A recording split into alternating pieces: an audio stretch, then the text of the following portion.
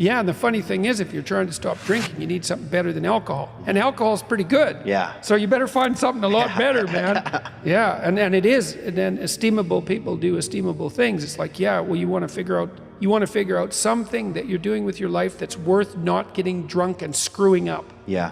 Part of the reason people drink alcohol is to get rid of their responsibility. I mean, that's, you know, you hear people drink because they have problems. It's like, yeah, no. Some people drink because they're anxious, and alcoholics drink because they're in withdrawal. But young people drink because they're sick and tired of being responsible, because it's annoying. It's like, so I'll drink enough, I won't care about the medium to long-term consequences, because alcohol, that's exactly what alcohol does. It doesn't make you ignorant of the medium to long-term consequences, but it makes you not care about it. You know, you might say, well, why do people drink too much? It's like, if you like alcohol, that's a stupid question. Right, it's like, why do people drink too much? Well, because it's great. Yeah. You know, it's like, okay, so why stop? Well, you do stupid things when you're drunk.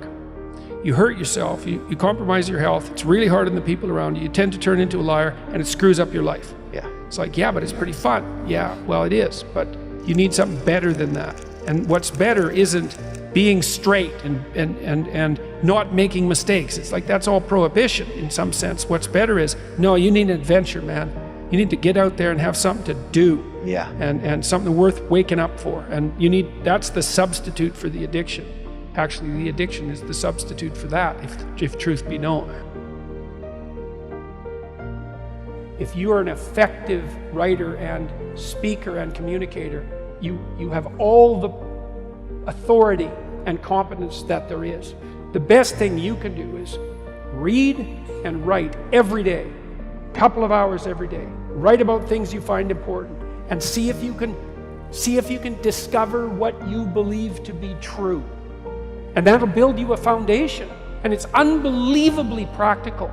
Like, if you look at people who are phenomenally successful across life, there's various reasons, but one of them is that they're unbelievably good at articulating what they're aiming at, and strategizing and negotiating and enticing people with a vision forward.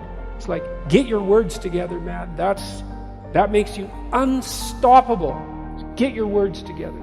Make yourself an articulate creature, and then you're deadly in the best possible way. Read great books. Really, man. And you've got these unbelievable libraries that are full of the writings of people who are intelligent and articulate beyond comprehension. And you know, and you can go there and you can learn all this. And you might think, well, why should you learn it? There's nothing more powerful than someone who is articulate and who can think and speak. It's power. And I mean power of the best sort. It's authority and influence and respectability and competence.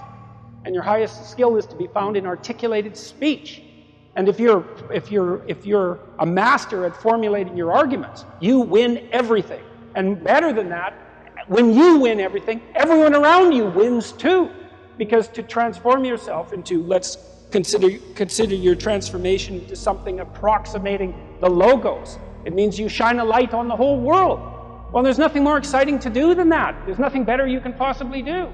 You transform yourself into something that's articulated and sensible and grounded in history and knowledgeable and wise, man. You can do anything you want, and hopefully anything you want for good. Because if you have any sense, everything you want to do would be for the good, because there's nothing more compelling or meaningful or useful in combating the tragedy of life than to struggle with all your soul on behalf of the good. You know, I've really seen the benefits, for example, for weightlifting, because I've watched people, because I'm 58, how old am I? 56. I've really noticed the difference between people when they age, between people who laid down a good physiological platform when they were young and those who didn't. Because if you haven't worked out weights particularly, I would say, you start to get pretty soft in your 30s and your cardiovascular system starts to go, and really early. The other thing too is the best thing you can do to maintain cognitive ability isn't to do exercises like lumosity. It's not brain exercises that keep you sharp, it's exercise. So if you're 50, both cardiovascular and weightlifting, if you're 50, you can restore your cognitive function to the level of a 30-year-old through exercise. Through physical activity. Yeah, well, your brain is a very demanding organ. And if your cardiovascular system is compromised, then you get stupid. And so, yeah, it's really... So the less you move and the bigger you get, the more stupid you become. Yeah, well, because you compromise its function. Because the brain is, it's the organ that uses more. It's very metabolically demanding. And so if you're not in good physical shape, then one of the things that suffers most greatly is your cognitive function. No one can live without a routine. You just forget that. If you guys don't have a routine, I would recommend, like, you get one going, because you cannot be mentally healthy without a routine. You need to pick a time to get up. Whatever time you want, but pick one and stick to it, because otherwise you dysregulate your circadian rhythms and they regulate your mood. I've told people to learn to use a schedule. And people often hate schedules because they act as their own tyrants, right? They say, well, you have to do this unpleasant thing, and then here's another unpleasant thing you have to do, and then you have to do this unpleasant thing. And you do that for about 3 days, and you think, to hell with this, I'm not doing that, and you fall off the wagon. That isn't what you're supposed to do with a schedule. You're supposed to use it to design the days that you would like to have if you were taking care of yourself. You wake up in the morning and you think, here's 5 things I have to do that if I don't do, my life will be worse. It's like paying bills, for example, or taking out the garbage. It's like you have to do those because otherwise things degenerate. So you got to put some of those in the schedule, because otherwise tomorrow is worse than today, and that's a bad trajectory. But you also want to build in things, you've got to act in some sense like you're dealing with a relatively recalcitrant 9-year-old. It's like, well, here's some things you have to do, but here's some things that if you do, you could reward yourself with. And if you get the balance there between obligation and reward right, then you'll find that you're motivated to do the things. And that's what you want to do. You want to do that so it's sustainable across days and weeks and months. And so you got to treat yourself like a good boss would treat a valued employee, and not like a tyrant would treat a slave.